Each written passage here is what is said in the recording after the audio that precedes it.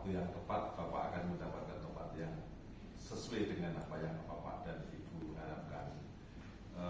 Yang ketiga itu saya pikir kita menikmati situasi yang baru. Tadi sudah saya berikan di awal teori ini Pak, teori perpindahan horizontal itu insya Allah akan berdampak pada perpindahan vertikal.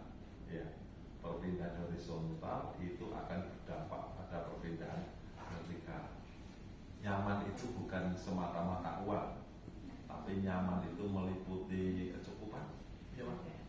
Kecukupan, berapapun kurang, berapapun cukup. Meliputi keamanan, Pak. Maka selalu saya tanyakan keamanan. Meliputi kenyamanan, Pak. Selalu saya tanyakan. Tantangan kami di mana tiap bulan berlangganan dengan gempa seperti itu.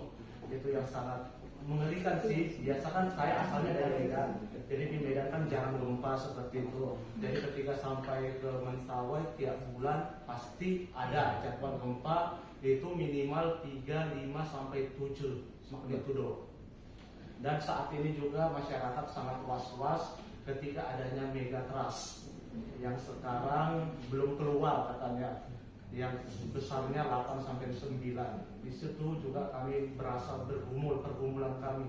Kenapa kami bisa sampai ke sini dengan tantangan, dengan tsunami, ancaman tsunami yang akan datang. Tapi kami di situ percaya kami bisa mengabdi di situ. Saya sama dengan istri, tapi istri guru SMA di bawah provinsi, karena Tuhan sudah memilih kami menjadi orang yang ingin melakukan perubahan di Kabupaten Kepulauan Mentawai. Terima kasih. Oke, terima kasih. 11 kilo yang jalannya rusak. Satu piring berdua ya. Iya, tapi mungkin karena ada suami jadinya lebih apa ya, beda gitu rasanya, mungkin tidak seberat bapak ibu yang harus LDRan ya. Kalau LDRan itu saya akui itu luar biasa sekali karena saya tidak bisa seperti itu. Ya, jadi setelah beberapa tahun di situ sampai sekarang justru terbalik. Walaupun mesnya baru ada 1 tahun ini, tapi terbalik perasaan saya. Kalau dulu saya merasa kayak pengen cepat-cepat ke kota kecamatan lagi lah gitu. Paling nginepnya cuma 2 malam, 3 malam ke sana. Tapi sekarang justru kalau saya sudah 4 hari atau 5 hari nggak ke sekolah itu kayak Rindu setengah mati. Iya betul Bapak. Saya rindu murid-murid saya walaupun hanya 24 orang Bapak Ibu. Oke, kalau Ya. begitu rindunya mudah-mudahan segera terobati. Ya, jadi saya berharapnya Bapak Ibu juga mungkin bisa merasakan kerinduan itu kepada siswa. Terima kasih. Ibu kan belum ya? Iya, lanjut aja biar ibu selesai. Ya, terima kasih atas kesempatan yang diberikan. Assalamualaikum warahmatullahi wabarakatuh. Selamat malam dan salam sejahtera untuk kita sekalian. Ya, yang ingin saya bagikan pada malam hari ini adalah ya, saya sangat bersyukur kepada Tuhan oleh karena hikmatnya dan berkatnya sehingga malam ini saya bisa duduk di sini bersama dengan orang-orang hebat dari pelosok negeri Indonesia. Jadi Indonesia banget. Jadi saya sangat bersyukur karena bisa berbagi dengan rekan-rekan semua guru-guru dedikatif dari berbagai tempat. Saya merasakan bahwa perjuangan Bapak Ibu benar-benar yang kuat. Nah, oke, Ibu dari Sulbar kan? Dari Sulbar. Ya. Saya dibanding dengan Bapak Ibu saya tidak ada apa-apa. Karena memang saya besar dan kecil dan besar di kota dan Manadoi. bukan Mamuju. Mamuju. Ya, Mamuju saya. Tapi orang orang di sana Pak. Ya, ketemunya jodoh orang di sana. Kalau kita melihat pada kerucut gardel, the peak, the top dari kerucut itu adalah pertama adalah kebutuhan fisik, makan, seks, kemudian kebutuhan rasa aman, cinta, pengakuan akan prestasi itu. Tapi yang tertinggi itu adalah aktualisasi diri. Yang bertumpuk entah sebagai wali kelas, sebagai pembina ini itu segala kepala sekolah, tidak juga. Lalu guru yang baik, yang hebat itu guru apa? Guru yang hebat itu ternyata adalah guru yang mampu menginspirasi. Jadi guru yang inspiring, bisa mempengaruhi orang, bisa mendedikasikan apa yang dia miliki untuk membangkitkan daerah di mana dia bertugas. Anda ini semua adalah guru yang pada tahun 2023 ini sudah dinobatkan sebagai guru-guru yang berdedikasi di daerah yang tidak banyak orang suka. Andalah semua orang-orangnya. Banyak orang yang sangat senang sekali meskipun saya tidak terlalu bernafsu bagaimana, tapi saya tidak injak ya Kak. Gitu. Yang pertama karena sejak saya mau kuliah dulu saya keluar negeri. Saya pertama kuliah di Makassar. Baru pengennya sebenarnya kuliah di Jawa, akhirnya ya tidak apa.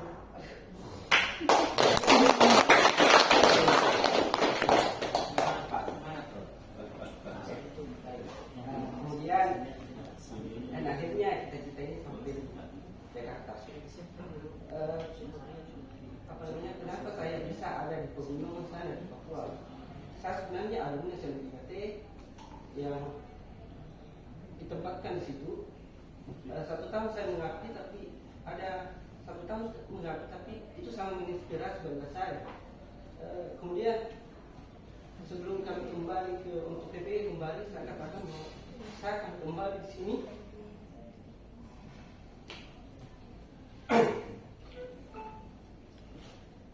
untuk membuktikan diri saya. Dan alhamdulillah 2019 saya terangkat PNS di sana kembali karena saya kuliah PPG, kemudian karena semua baru lulus UTN, kemudian saya lanjut S2 untuk memanfaatkan waktu kosong saya. Oh, Habis mantap. itu kembali ke pedalaman, S2 mengajar di pedalaman. Gitu. Alhamdulillah seiring berjalan waktu mengajar di pedalaman dengan ada 2 kondisi yang kita hadapi. Pertama karena palang, kalau sedikit salah-salah ya kami datang. Baik, terima kasih. Assalamualaikum warahmatullahi wabarakatuh. Assalamualaikum warahmatullahi Malam, wabarakatuh. selamat sejahtera untuk kita semua. Perkenalkan, nama saya Mahesa Dewa Tornando. Saya merupakan peserta dari Riau, Provinsi Riau, Kabupaten Kepulauan Meranti. Bapak Ibu, ini adalah kesempatan yang tepat untuk kita bisa merefleksi bagaimana dedikasi kita selama ini. Dan mungkin berbeda dengan yang lain, saya mengangkat komunitas belajar di sini. Kenapa? Mungkin sama dan juga seperti kasusnya Pak Hasmi. Banyak guru-guru yang mulai dari 2A Pak di tempat kami. Mereka pengangkatan, mereka tidak sekolah. Mereka hanya lulusan SMA. Jadi mereka yang sudah senior sampai umur 40, 50, bahkan sebentar lagi pensiun, mereka tidak melanjutkan ke SMA. Mereka tidak memiliki motivasi banyak. Bahkan mayoritas guru-guru di sana sudah menggadaikan SKPNS mereka di bank. Sampai ratusan juta gitu utang mereka. Jadi apa yang mereka semangatkan lagi untuk membangun negeri itu? Susah. Oleh sebab itu saya ditanya, kenapa saya lebih banyak keluar untuk memberikan motivasi, menggerakkan komunitas belajar untuk guru belajar. Karena gurunya memang sudah payah untuk belajar. Fokus saya juga saat ini sebagai PLT. Kenapa? Karena tidak ada orang memiliki PLT kepala sekolah. Iya Pak. Alhamdulillah. Mungkin teman-teman yang masih jadi guru bisa menyukuri posisi sebagai guru. Karena seperti saya sangat sulit Pak menolak untuk jadi guru biasa lagi. Di tempat PLT situasinya guru-guru pangkat rendah, golongan rendah, belum sertifikasi. Saya mau mendedikasikan diri lebih.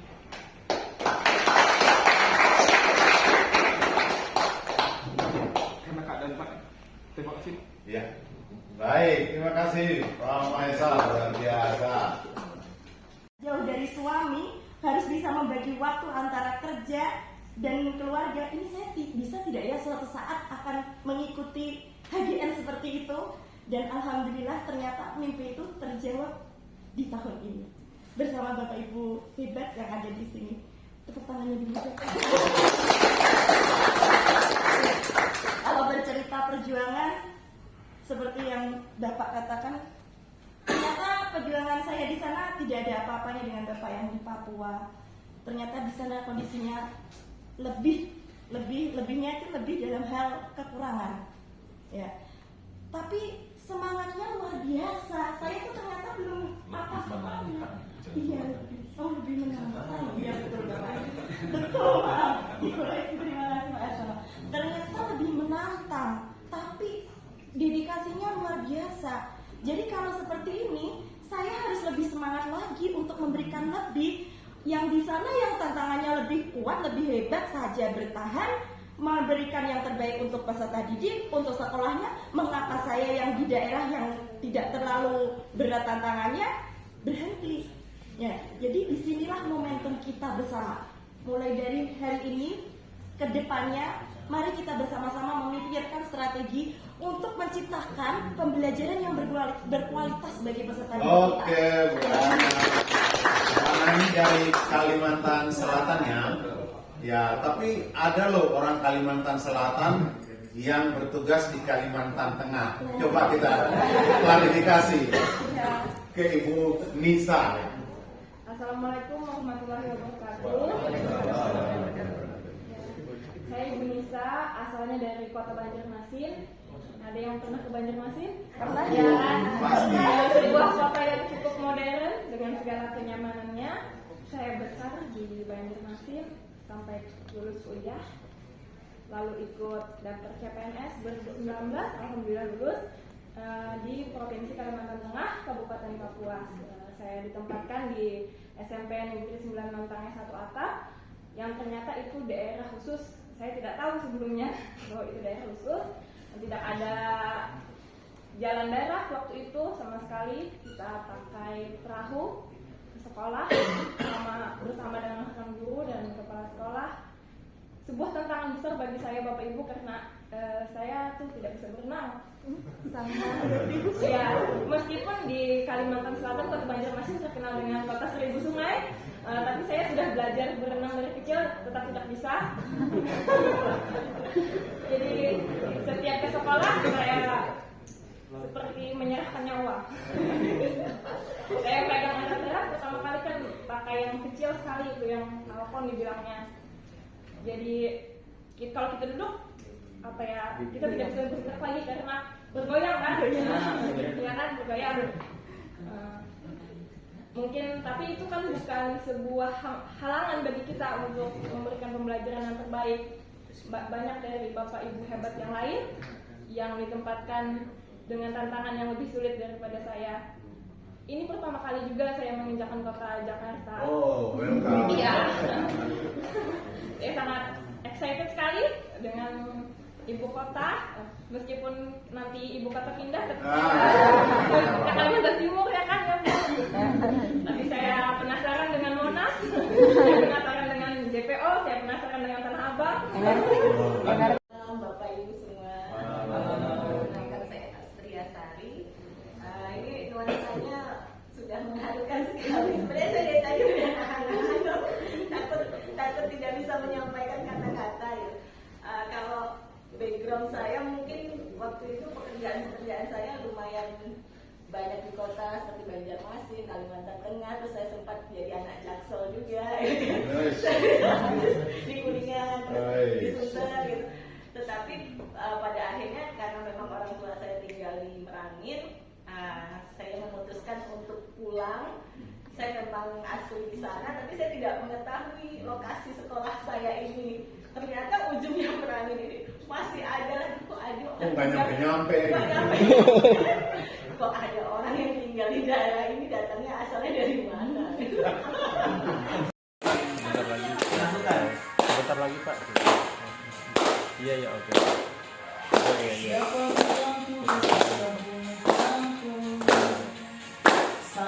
Ini di yang 2 Pak, yang 2. Sebentar. Mau selesai.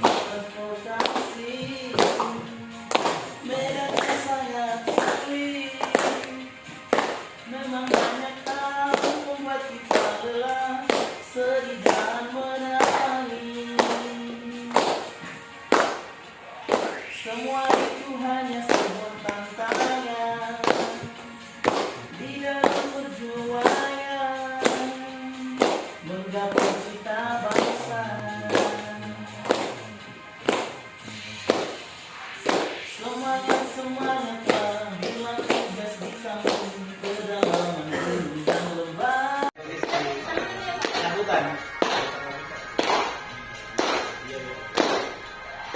Siapa yang tugaskan kampung sangat melelahkan. Uang habis hanya transportasi.